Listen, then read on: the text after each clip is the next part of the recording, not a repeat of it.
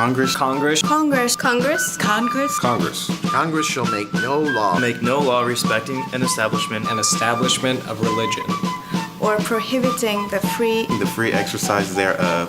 or abridging the freedom the freedom of speech, or the press, or the right of the people peaceably assemble, and to petition the government a redress of grievances. Welcome to the First Amendment and You.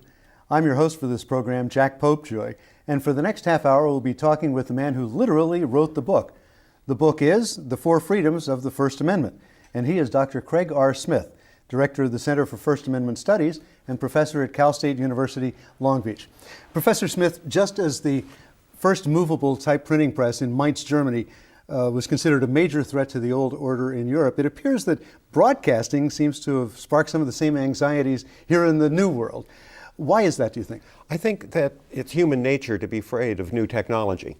We're afraid it's going to take over, we're afraid it's going to upset the balance of nature, and so the instant response is to regulate it. What happened in Europe was that this new movable type could have printed things like fake tidings from the king or call to arms, and so they wanted to control it. And the church also wanted to control it. In Mainz in particular, when Gutenberg invented movable type, everything that he printed had to be approved by the local archbishop. So they had censorship right from the get-go. If our First Amendment guarantees us an unfettered press, why is there even an issue of restrictions or regulations on the press when it broadcasts instead of throws its product into the rose bushes on your front porch in the morning? Well, I think you're absolutely right. I think it was wrong to impose controls over the broadcast medium just because it wasn't the same kind of press that the founders protected in the First Amendment, and we've been fighting over that for a long time, and we still don't have broadcasters completely free. But it started back in the 20s when radio took off, and the radio stations started competing with one another on the same wavelengths. And so they went to the Secretary of Commerce, who happened to be Herbert Hoover at the time, and they asked him for regulations that would separate the spectrum out so that each radio station could send a clear signal.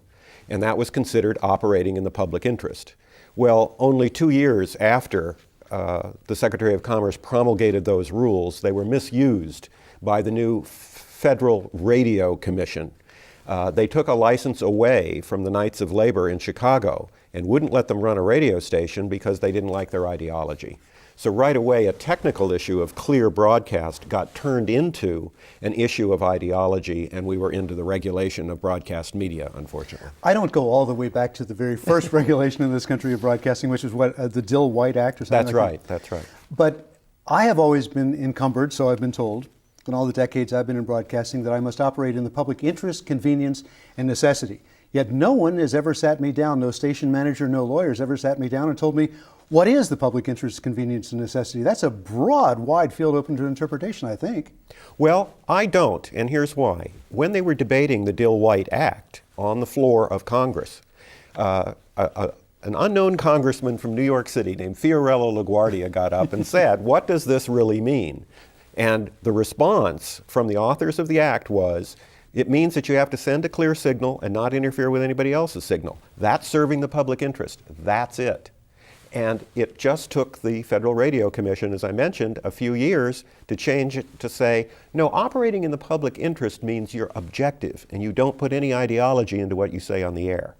And then with the New Deal and television evolving, the Democrats in control of Congress changed the Federal Radio Commission to the Federal Communications Commission and put it in charge of all electronic communication, telephone, telegraph, broadcasting, radio, TV, and they added some rules, like the equal access rule and the equal time rule. As I recall, that was the Federal Communications Act of 1934, which of course was amended many times after that. And I think it was to respond to the point you just brought up. In 1941, the FCC said, quoting, "The broadcaster cannot be an advocate." Yes. Editorials and commentary not acceptable on the airwaves when they were acceptable in newsprint? Yes. This was a very odd decision. It's known as the Mayflower case, and it involved the Yankee Radio Network, and they started editorializing, and the FCC ruled against them and said you can't editorialize. They took it all the way to the Supreme Court. In 1943, Now, the crucial thing about that year is that in 1943, of course, we were in World War II. And the Supreme Court tends to restrict our rights in wartime as opposed to expanding them. And so they upheld the FCC's rules, and broadcasters were not allowed to editorialize until many years later. When you say not allowed to, what was the sword that was over their heads that would keep them from being able to editorialize? Well, they have licenses from the federal government, and your license could be pulled. If there was a complaint that you were editorializing, it was investigated immediately. They didn't even wait till license renewal time. They immediately investigated you, which got your lawyers all involved, and you could lose your license. So nobody editorialized, everybody backed off all the way through World War II and for years after.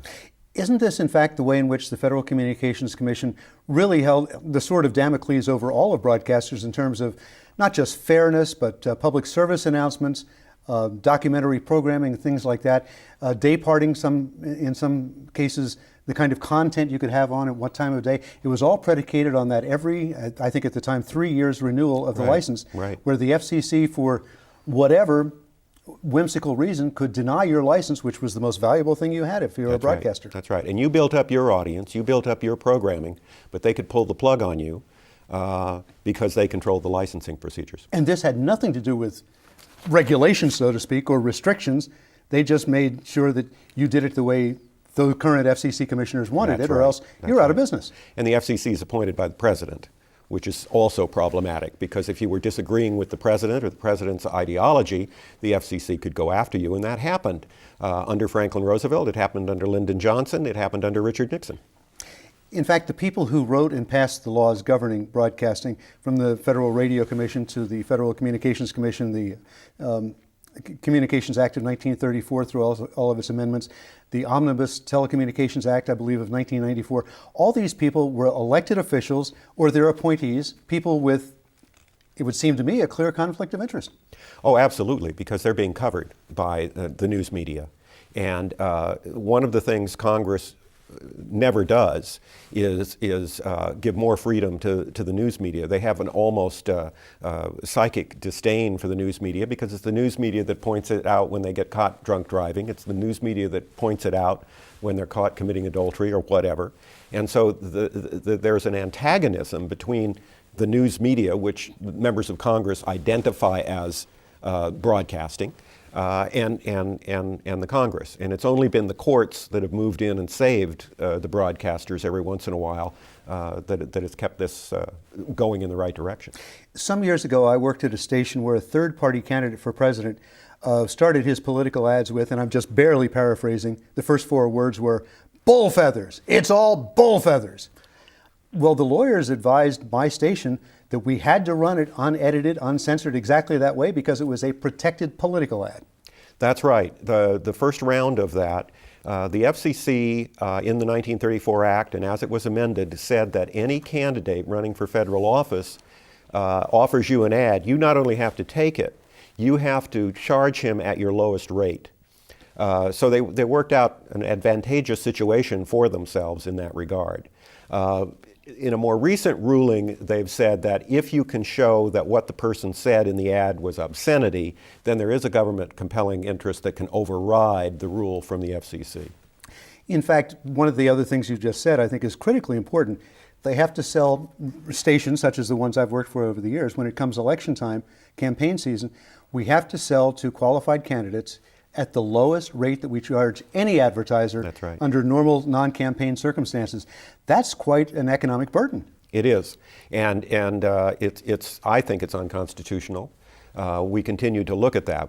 Some of the restraints that have been put on broadcasters have been removed over the last few years, but it's been a tough go, and that one's still in effect. You talk about some of the things that have been unrestricted over the course of years. Seems to me that almost everything involved in the discussion of broadcasting, censorship, equal time fairness, and things like that, go right through Red Lion, Pennsylvania, the Red Lion broadcasting case. What happened here, and how does it influence what we see and hear in radio and television today? Well, it started from a well-intentioned FCC. Believe it or not, sometimes they are. In 1949, the Federal Communications Commission removed the editorial requirement. that they couldn't editorialize. They reversed the Mayflower case and said, yeah, not only can you editorialize, but you must cover issues of importance to your constituency, and you must present contrasting views. And then corollaries to this so-called fairness doctrine were passed. One of them was the personal attack rule, so that if you editorialized about me and said bad things about me, I got a right to respond. Well, Red Lion ran an editorial by an evangelist named Billy Hargis. Billy Saul Hargis, is this the same guy who was out of Del Rio, Texas? Yes, all those yes, years? absolutely. Infamous guy. And this was during the 1964 presidential election, and Hargis was editorializing on behalf of Goldwater and attacked a consultant to the Democratic Party named Fred Cook. Fred Cook went to Red Lion, which is just a little radio station outside of Philadelphia, and said, I want response time. And they said, that'll be $5, please. And he said, no, you have to give it to me free. And it went that case, $5, went all the way to the Supreme Court. And the Supreme Court upheld the FCC and upheld the personal attack rule and said that Red Lion was wrong to ask him for the money and they should have allowed Fred Cook to respond. So why did Fred Cook, by the way, choose to go after this little tiny station in Red Lion, Pennsylvania? Was it because he figured they didn't have deep pockets, they wouldn't be able to lawyer up for, perhaps? Yes, and he wanted to make an example of them. He wanted to scare other broadcasters, because he worked for the Democratic Party, he wanted to scare other broadcasters into not taking the Hargis editorial or any other editorials about Barry Goldwater, and this was just a strategy that he used. And so it had a chilling effect on broadcasters across the country, because they knew if they editorialized or they attacked someone, then the other side got a response time, and it could be for free, and it could take more revenue away. And so you had this closing down caused by a rule that was really meant to open things up. And I think it should probably be pointed out, I grew up not far from Red Lion, that this was a little town at the time, I think of about 6,000 Yeah. people. They could hear 20 other radio stations. Yeah. Half of the people there were on what we today would call cable TV, community antenna television at the time. Absolutely. You weren't required, if you were going to get outside news from the outside world or other opinions, there was no reason on earth that you would be listening to this particular little radio station. That's right, and I think it was a very bad ruling. It was unanimous by the Supreme Court, which is unusual. But only a few years later, 5 years later, the same thing happened to a newspaper in Florida, and it was pretty much the only game in town. And they were required, under Florida law, to give response time to a man who was attacked in this Florida paper. His name was Pat Tornillo.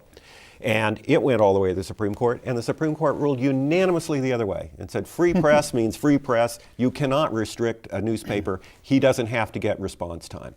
And so on the one hand, you have newspapers protected, which there are fewer of them, than radio stations which are not protected. And so eventually we took this to court and finally won and got this fairness doctrine thrown out. One of the other, I think, really crucial examples that you bring up in the book, The Four Freedoms of the First Amendment, had to do with the poor station manager in Spokane, Washington, by the name of Eugene Wilkins, who editorialized that he thought it would be really good for business in Spokane if they had the exposition come to town. And 8 neighbors didn't disagree with him, but they just said they didn't want the exposition, I guess because of traffic hassles or whatever, and they demanded the opportunity to go on his station and refute his editorial. He said no. FCC investigated him for 4 years, harassed him, went in and seized station records and things like that, eventually cost him his entire career, in fact, before ruling that, in fact, he was within his rights and he didn't have to give time to the ad hoc 8. That's right. And one of the biggest problems with the enforcement of some of these rules is that they're instantaneous. It would make much more sense, it would have made much more sense if they waited until license renewal time, collected the record, and then said, come forward and defend yourself against these charges. But the minute a charge was filed, the FCC sent lawyers down on the radio station, and it just scared people to death that this could happen to them and they could lose everything.